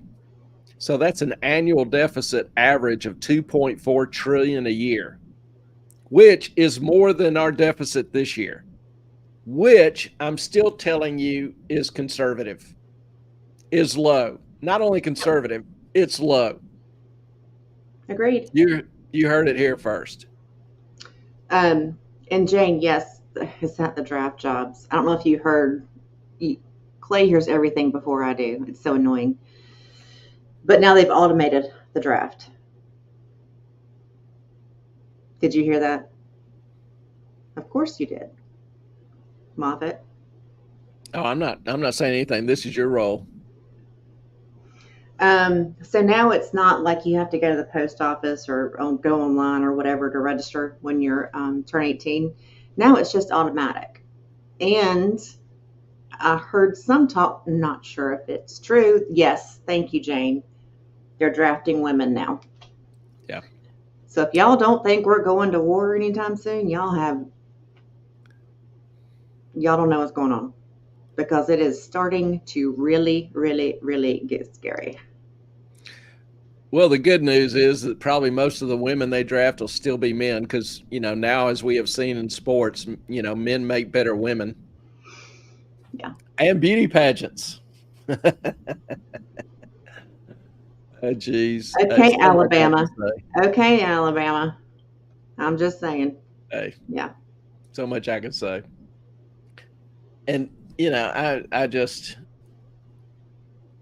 can't sometimes. I just don't think, I think we ought to protect women's sports. How about protect women in their spaces? Women in their spaces, women's restrooms. If I'm father of a daughter. She's now, 30, 31, whatever. But when she was little, if some guy was trying to go into, I don't care what he thought he was that particular day. If guy was trying to go in the restroom with my daughter, he would not still be walking. We have come so far. And like I say, that's not progress in my mind. There's just, anyway. Too bad Melissa. I was going to say, too bad Melissa's not here tonight, because I would start off with an apology to her, because I'm not done picking on California. So Melissa, if you're on Replay Crew, I'll go ahead and make it formal. I'm sorry. I'm not done picking on California yet. For those of you who haven't followed, Gavin Newsom, the beloved governor, possibly the next Democratic candidate for president. Heard that. I think they're going to try to switch him out before the election. Yeah. He pushed through a minimum wage increase a year ago that just went into effect 2 months ago. It bumped minimum wage up to $20 an hour in fast food and $23 an hour in healthcare. So 2 months later, what are the results? We have 2 months of results. We can start to see some of the fruits of this. Well, so far in the fast food industry, over 10,000 people have been laid off, lost their jobs. Menu prices have jumped about just a little under 10%. Hey. And the new fad is companies increasingly trying to acquire machines or kiosks to replace workers. Now, if you do the math on this bill, this minimum wage bill, it ends up costing each fast food restaurant roughly about $250,000 a year in additional expense. Okay, I have a lot of things to say about that, but look at the comment. Melissa. Carson was wondering where you were. I'm wondering where you are. What's going on, man? I am Jane. I'm getting there. Okay. That's what I was going to say after this. We've been listening the whole time, but can't chat as we're driving home from San Diego. Will you drive safely? First things first. You make sure Green Bean and company get home safely. You as well. We love you all. So McDonald's, Jane sent me this earlier this week, has actually, they had like AI drive-through they were testing out in over 100 stores, maybe 1,000, like I think 100 locations, and they decided to trash it. And they also were kind of mad that Google, which is the one that was supporting it, was collecting all the data. Oh, yeah. From all the people that were ordering and using that for their own benefit. But McDonald's said no. They've trashed it. They said, we're not going to do it. This is a mess. And Jane will bring up more details, but I know you know all of it. I've been watching so many things. What a lot of people don't know is that Google was started by a couple of former Stanford professors who worked with the NSA and DIA on data collection. I forgot about that. They basically took some of the data collection algorithms that they wrote for the NSA, DIA, and adapted them to collect data over the web as a whole, generalized data. And that started the Google search engine. So do you think these guys have given up their associations, contacts with the NSA, DIA? I'm betting no. And their hunger for data from anywhere, from everywhere, is unquenchable. It not only can make them money, but it can be used for leverage. Information, knowledge is power. And the more information people have on you, the more power they have over you. It's that simple. There's a reason why this information is so desperately sought after and so valuable. Jane, McDonald's was charging, the AI was overcharging people by hundreds of dollars on their orders. Can't imagine. Yeah, I don't know. I think even the non-AI is overcharging Could for do fast better than food. that. I don't Yeah. know about you, Clay, but I mean, I I think might have to look in and see what McDonald's is actually trying to implement, because that's that was the Google AI. hilarious. Yeah, but exactly how, like, you go to a kiosk and press in your menu items. You can do that on This the was drive-thru. You press drive-through. in what you want. It was Yeah, drive-through voice recognition. and charge. Yep. That's funny. Yeah, AI is coming. It's unstoppable. It's It will dangerous. come. It is the future, but it's still not ready for prime time yet. So, continuing on California. Sorry, Also, Melissa. yeah, sorry, Melissa. Also, Newsom quietly increased California's expected hole or deficit in its Medicare, Medicaid spending by $4 billion within the past few weeks. Well, they're offering it to illegals. Well, they always have, but the minimum wage went up. Right. So they're accommodating to the cost of $4 billion, the increase in minimum wage that they mandated. Now, I understand if you're in a minimum wage job or, entry-level healthcare job, and you got a bump from $10 to $20, you're excited. I understand that. I don't blame you a bit. But my focus is on the economy as a whole and the consequences for the economy as a whole. Some individuals will benefit, but 10,000 people so far have lost their jobs, with thousands more coming. And that's a problem for the economy as a whole. The minimum wage, there's no argument academically. If you look at the data, you really can't have any argument. Minimum wage discriminates against the low-skilled, low-educated workers who need an entry-level job to start their career and improve their skills so that they increase their value going forward. The longer it takes them to find an entry-level job, the less their upside is. I mean, when I was a kid, we all worked in the summer. We all had jobs in the summer. How many kids now, 15 and above, have jobs during the summer?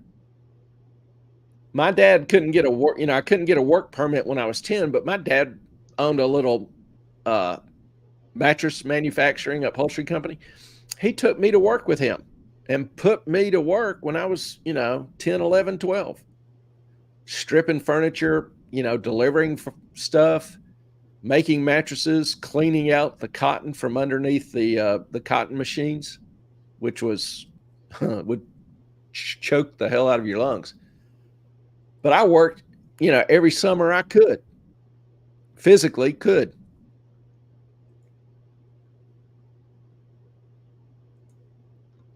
The problem is housing goes up right along with wages, so it means very little, at least here in the Pacific Northwest, particularly in areas where there's strict zoning. When you limit the supply of housing in an area, you guarantee price increases. When you put in rent control, the practical reality is, and just think about it, if you were a property owner and your profits were limited, that you couldn't even raise your rates to keep up with inflation or your expenses, would you do that? Would you want that kind of investment? Now, if you're a renter in a nice area, 100-year-old, one of some of those, what do they call those houses in San Francisco? The row houses that are just all, pretty and nice. Anyway, a lot of them are rent controlled. If you're a renter, that's great. But the consequences on the economy as a whole is that far, far less new units will be built. No units will be converted to rent. And a lot of the rental units will end up being sold just for permanent residency. So, rent control is great if you're in a rent controlled unit. But if you're somebody new trying to find a place to live or rent in the city that's affordable, rent control is your worst enemy. Zoning laws are your worst enemy. People in an area may still want rent control. They may still want zoning. And that's their call. I have no problem with that. But I just want people aware of the consequences. Somebody's ox is being gored. And ultimately, in the long term, is that best for the lower and middle class, or is it better for them? And I'm just saying that some of this has some long-term negative consequences for the poor and the middle class. It's not quite as simple as a lot of people would make it out to be. Ideas have consequences. Do what? Sorry, I'm looking for something. You look all intense and everything there. I figured you'd probably give me crap for that, so I just want to let you know I was actually looking for something. And as Jane mentions, AI takes an immense amount of energy. Now, you can go online to ChatGPT or whatever and just ask them some questions just for the fun of it. But I saw some reports showing that AI, to just answer simple questions, takes at least 10 times the computing power, 10 times the power to answer every question. So if you look at using just a plain search engine to ask a question versus an AI, 10 times more power. So as more and more people utilize AI to ask questions, as AI applications grow, this demand for electricity is going to soar. Now, our ability to supply increased electricity is not. So that's one reason why I recommend energy investing as far as, long-term investing. Obviously, computers and tech, but energy, uranium,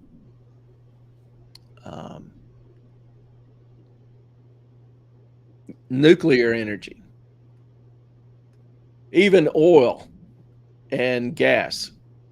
While some people say we need to get rid of it, it will be at least 40 or 50 years before we can afford to really start shutting it down. It's not going to be anytime soon. And in the meantime, like Germany has had to shut down a windmill farm in order to start digging coal again.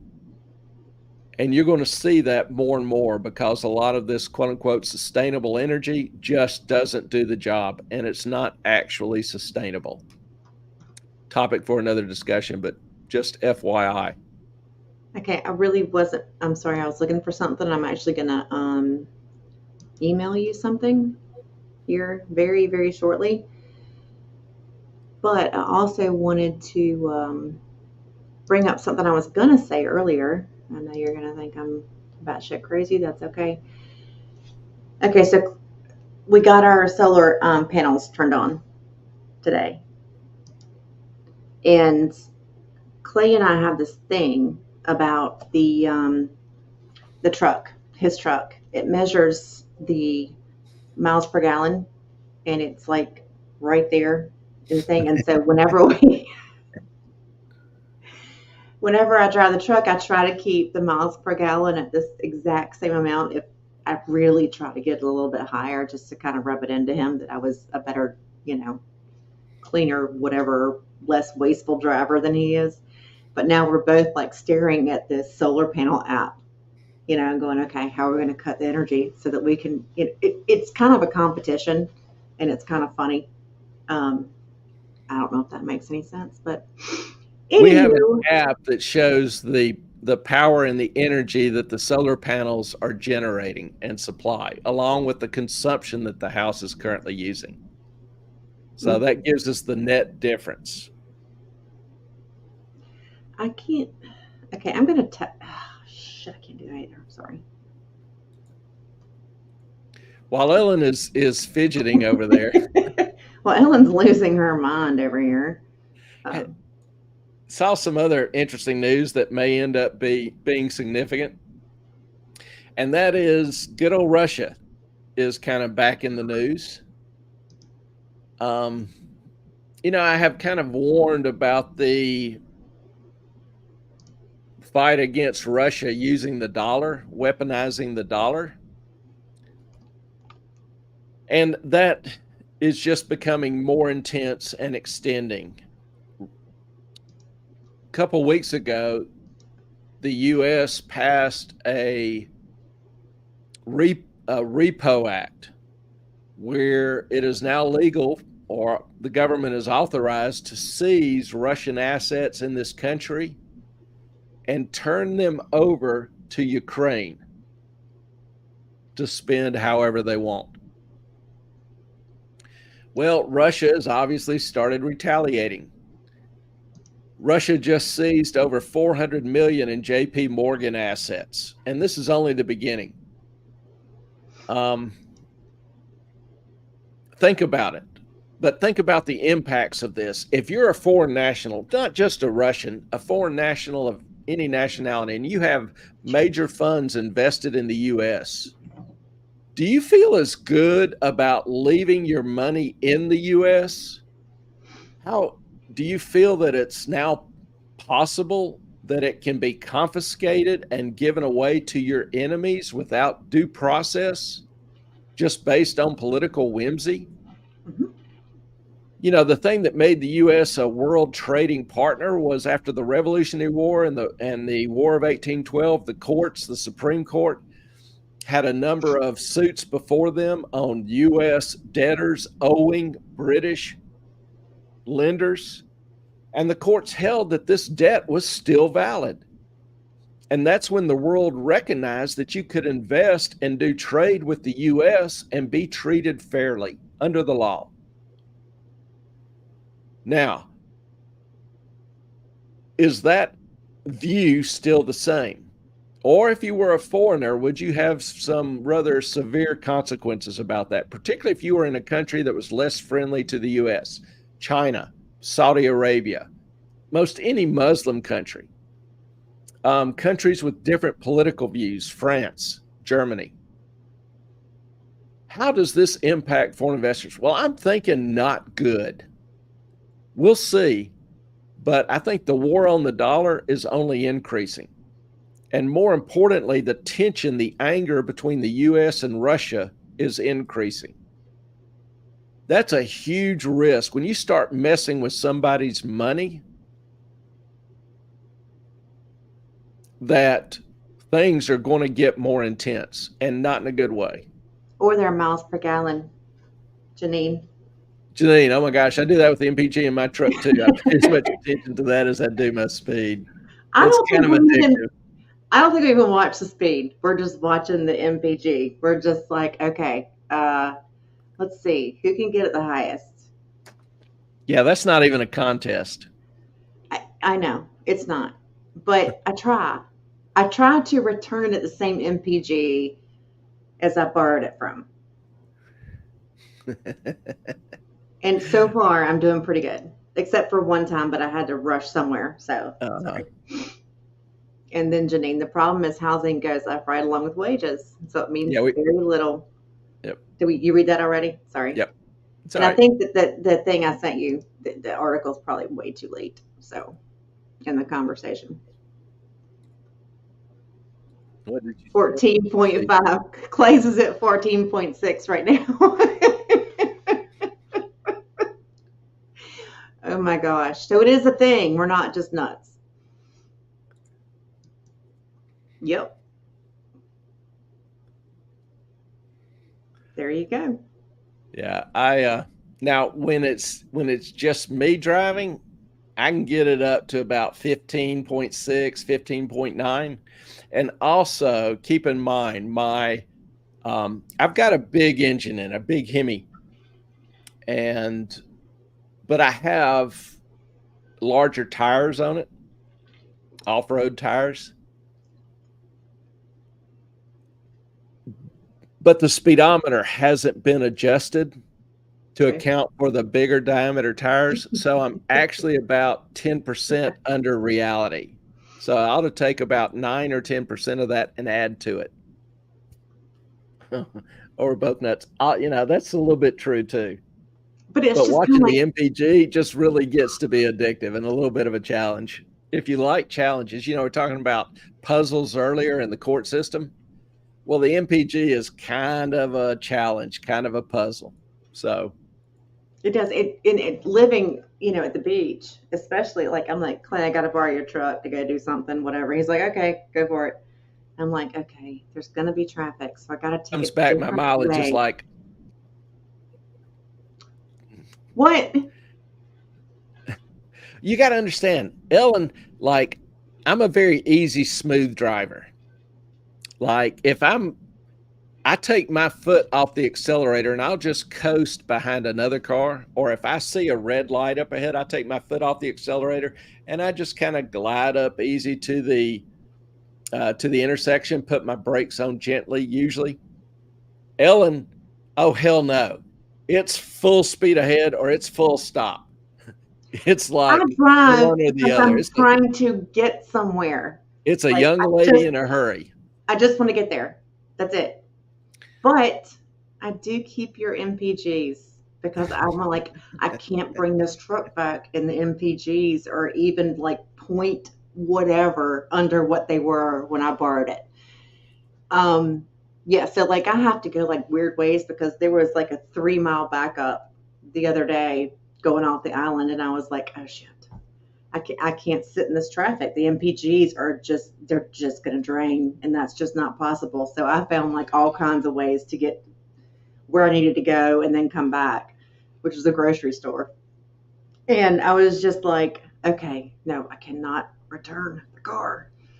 Less MPGs than I got in it with. That's just crazy. So It is a challenge. it is a challenge. And it's a fun challenge. I don't even think we even look at the speed. I don't. I'm just like focused on the MPGs. Speaking of our beloved government leaders, Oh, which ones? all of them. I saw this and it kind of made me snort. Have you seen it? I have not. This was a meeting of the G7. And the G7 are the 7 leading economic powers in the world. Used to include Russia, but they're obviously kind of on the outs now. The Putins.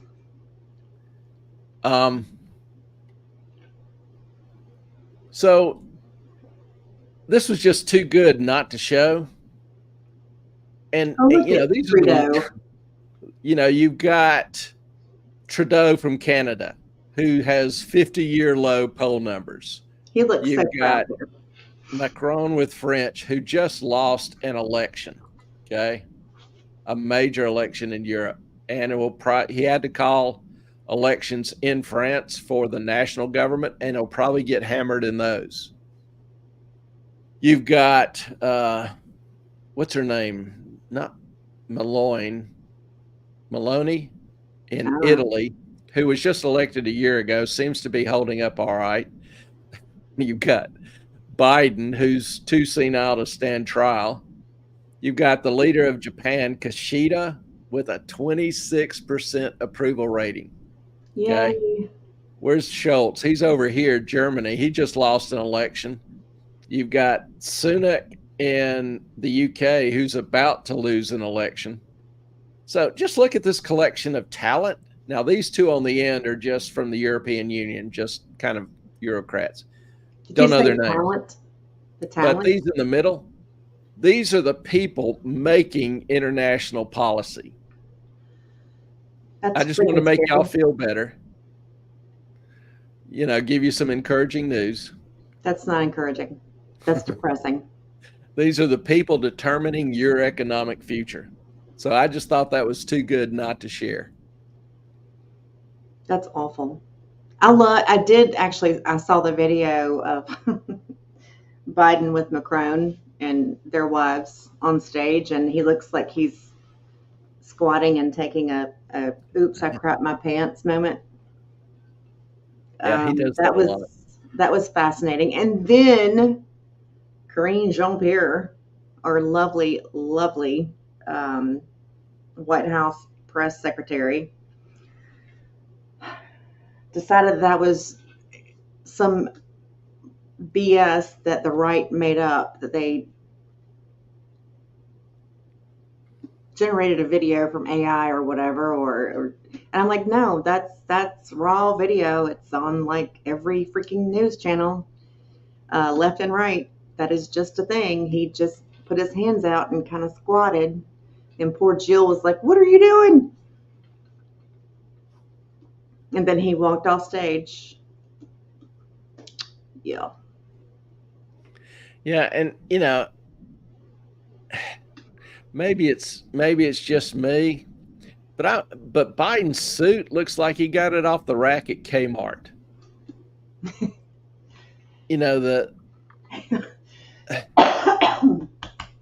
It Sorry, doesn't really fit him in the waist. The coat is too short.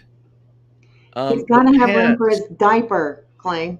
The pants look like they got caught up in his socks. I just, there's just, anyway. Yeah. You just ought to be able to dress the president of the United States a little bit better. And here, Sunak, same thing. The coat's up to his wrist. Looks like his bar mitzvah. Like a bar mitzvah suit. That's epic.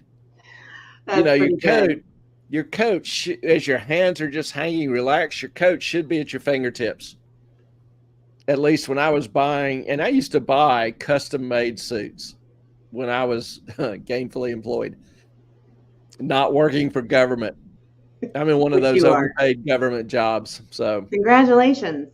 Yeah, thank you all. You are the government. Mm-hmm. Thank you all.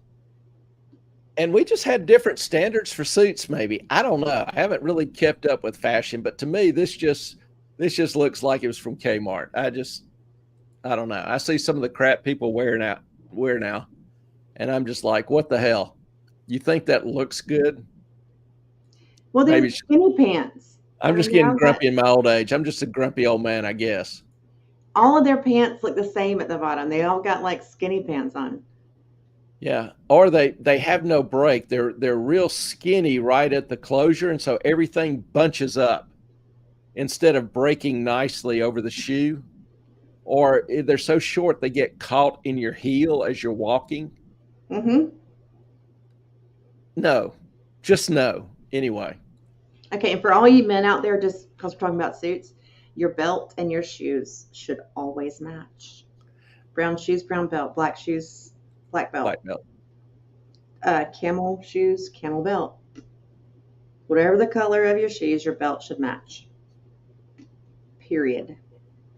I used to have to tell my salesman this, and they thought I was nuts, and they actually went to their tailor, and they were like, not their tailor, but whoever they bought their suits from, they were like, yeah, should always match. It's a thing. Oop. I hate when I do that at the same time, clicking on the phone. Who's going to do it? Can I do it? There we go. Oh, shit, Clay. Clay. Okay. Why is Trudeau the only one in a lightly colored suit? Again, where I come from, if you're in a formal or a power meeting, it should be a dark blue or black or charcoal gray suit, and your tie should be more red or a power color, not the light blue soft. And most of these people don't even, like Sunak doesn't even have his tie on straight. I know I'm being picky, being kind of stupid, but while I'm grumping, it's like, what the hell? Trudeau's just veers off to his right. He's dressed right or something. I don't know. He's got his little hands up doing he's just got a weird stance. I don't know. I guess we can be judgmental. I don't know. So 'Cause I don't like any of them. yeah, I'm just fussing. Was that the color they wear in Cuba? I think that was Castro's favorite color. His father. Anyway, rumor has it. And if you look at, side by side pictures of Castro's, he was young and older and whatever, there's kind of a resemblance, not going to lie. So, but that's a whole nother story, and that's just rumor. Try not to engage in a whole lot of rumor, but He could be. I'm in a feisty mood tonight, so what the hell? He is a little feisty. He had to talk to a bunch of basketball players about taxes today. Yeah, the basketball team is, a lot of the players are getting NIL. They're starting to get paid for being an athlete. So gave them a session today on, how to handle their taxes and some budgeting basics and, some investment basics, trying to give them a little bit better information on time value of money, miracle of compounding, all this kind of stuff. It's kind of a broad-based, what do you do with some of this money now that you've got it? And don't blow it because. And don't blow it. Right. Yeah, try not to blow it. That, basically I told them, can make you a millionaire if you just save $50 a month, and showed them how. Something, probably the most interesting thing, and I know we're getting a little long in the tooth, but I'll go ahead and throw this out. I was going to say, Moffat, it's past my bedtime. Yeah. But this was, I think, probably one of the biggest things of the week. The Trump campaign released two relatively big ideas. The first one is that they propose not taxing tips. So if you live in a service provider business where you collect tips, you would no longer, it would be good for you and your employer in two ways. One, the employer now has to send a 1099 for all tips. So they have to collect information on the tips, which puts them a little bit at risk and is a bookkeeping, issue for them. Secondly, it reduces the taxes that low income, restaurant workers, servers, bartenders, whatever, owe at the end of the year. So obviously that's a pretty big boon for them. Question. What about hairstylists? Anybody that gets a tip. Really? Yep. Is this retroactive? Yeah, no. Just curious. But I thought that was an interesting proposition. I'm not a big tax fan per se. And the second one was even bigger. He proposed replacing the income tax for everybody with a tax on tariffs, on imports. Now, this is actually the way the government was funded up until 1913 when the income tax was first introduced. The government was funded solely through taxes on imports and excise taxes. Okay. Now, good and bad. I haven't really figured out whether I think this is a good idea or not, but it's got some intriguing possibilities. Back in 1913, when we were using tariffs to fund the government was obviously a lot smaller. Its total spending was 1 to 3% of GDP, 2% of GDP. Now it's closer to 22, 23% of GDP. It's a quarter of the economy. Right. That's pretty damn huge. Yeah. That's pretty damn different. Secondly, I argue and fervently believe that taxes punish success.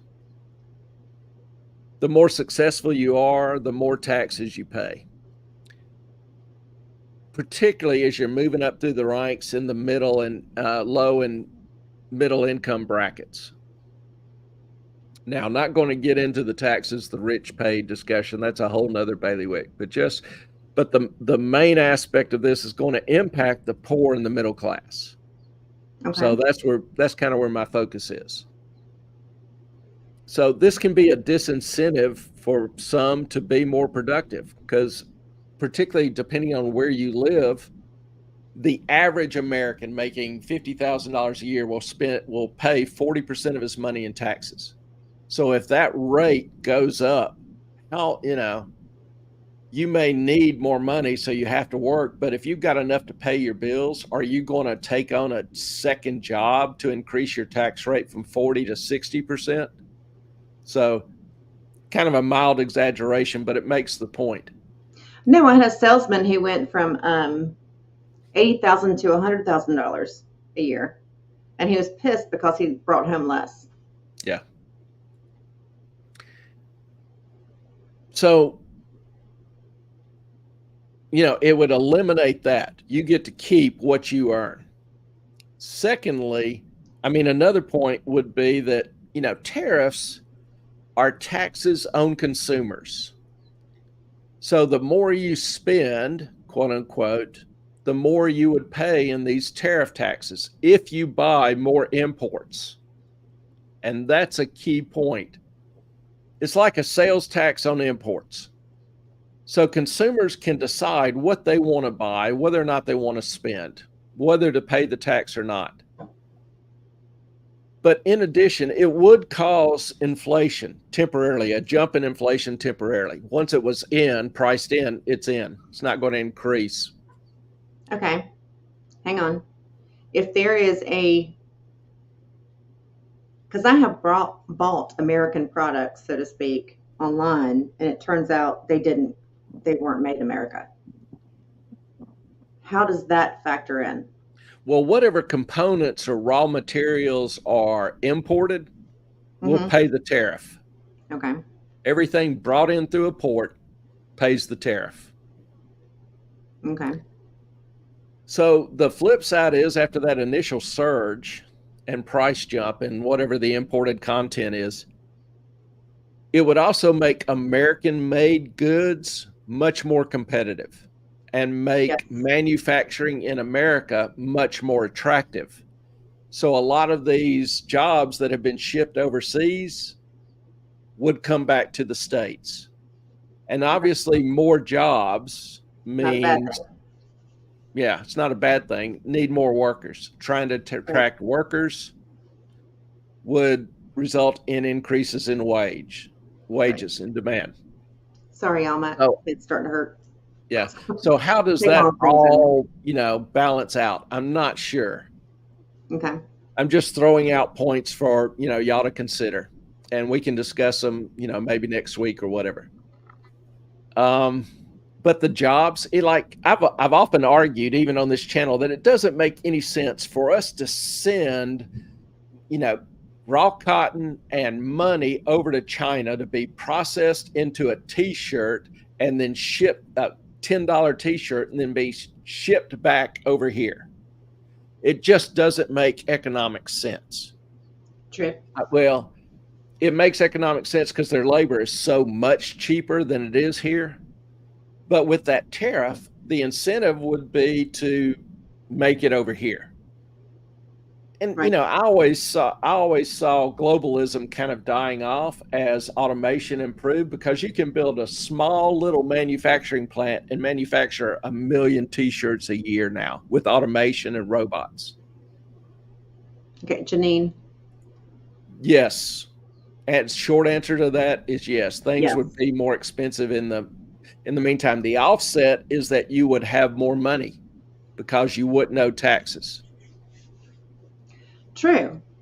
That is true. if your average family, let's say, makes $60,000 for easy math. Actually, I think the average is a little higher, but let's just go with 60.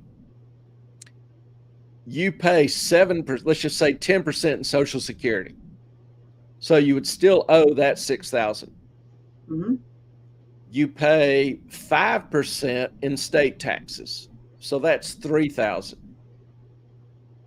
And then you would owe 15% in federal taxes. So that's $9,000. So you would no longer pay that $9,000 on the goods you buy that are imported or have imported content, the price of those goods would be higher. Now, I don't know exactly how much imported goods you would buy or imported content you would buy. So I don't know the net effect of that. But okay, go ahead. No, you go ahead. Now, there's clearly, I mean, even, you know, in the meantime, even with clean energy, you get tax breaks, which you wouldn't be paying any.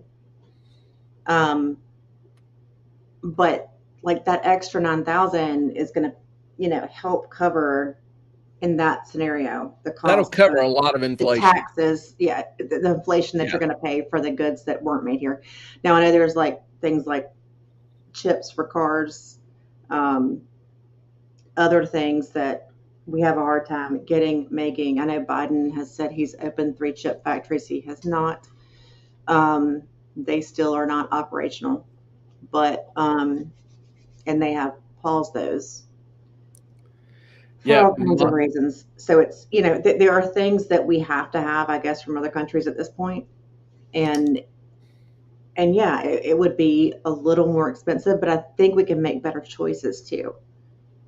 It would encourage more choices, more preference toward American-made goods. It would be a huge boon for American production, American manufacturing, and increase in jobs.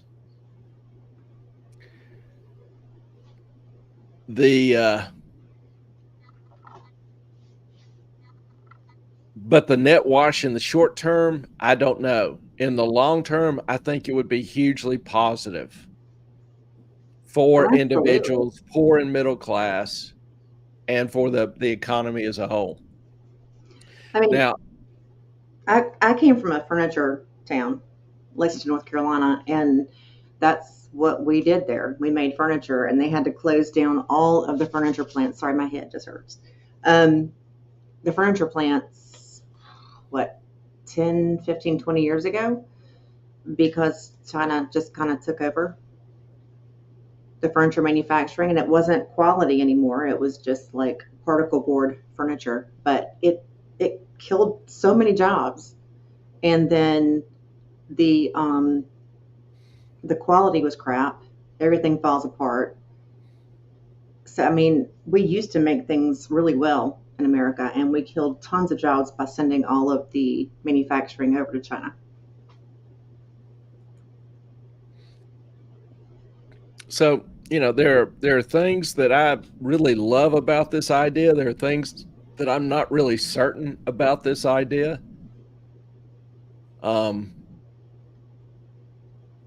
It would be more of a consumption tax. I think it would help people move away from a lot of the mindless consumption that we engage in oftentimes. It would be more of an incentive for people to save. And like I say, it would increase manufacturing, jobs, production, you know, in the U.S., which would increase wages, salaries. Yeah. So how all that plays out and what time frame, I can't give specific details. But I think after the initial shock that most people would be relatively pleased with it. I'm still going to do some digging, try to figure and get some more information. But I wanted to go ahead and throw this out, at least make you aware of it, so that you could be considering it and come up with questions that you might want to ask in the future. Should be your next paper, your next research paper. Or maybe it is. I just don't know. Yeah, it's something to consider. So, Ellen has mentioned it is past her bedtime. Yeah, I get nutty after 9. I'm just tired. And my eyes get red and it's time to go to bed. I just want to thank y'all for joining us. Really enjoyed the chat and your comments and your thoughts. It is a random night. Tuesdays are, you know, random nights. Most shows will have a little randomness. It's just the personality, and you know, we love our little family. New and old family. We got to get Janine a hat just for showing up, man. You know, I don't. Do I have one around here? I don't think we have any more. We're We supposed don't, to but we go gotta back order to the some. manufacturer this week and talk about setting up a store. So we'll have some other things coming out for you as well. And Janine, it's an M, a green neon M. On the back it says "Stupid should hurt." So Yeah, that's kind of one of the main, I guess I'll say, mottos of the show. I have 50 rules for life, and rule number 2 is stupid should hurt. And so it's embroidered on the back of the hat. Oh, yay. So Yeah, it is. enjoyed That's having really you. fun. Thank you for Sky. a wonderful night. You're welcome. Sky, Thank we you, love Jane. Carson, if you're still around. And Melissa, hope you got home safe. Sandy, thanks again Yes. for joining us. For those of you who haven't participated in the discussion, thank you. For those on replay crew, We love you thank too. you. We love y'all too. Hope y'all all have a great week ahead. Look forward to seeing you Saturday night, 7 o'clock. And we will do this again. And missing Brentwood as well. Yeah, I know. we are. Brentwood. I love you guys. I think You guys are the she's on best. replay crew temporarily, hopefully temporarily, and hope you're doing well. We love y'all. And we're gonna send you that email in just a few minutes. Don't worry. Before I go to sleep. All Y'all right? have a great week ahead and blessings to you. Our time Love you is guys. up. We thank you for yours. Good night. Bye.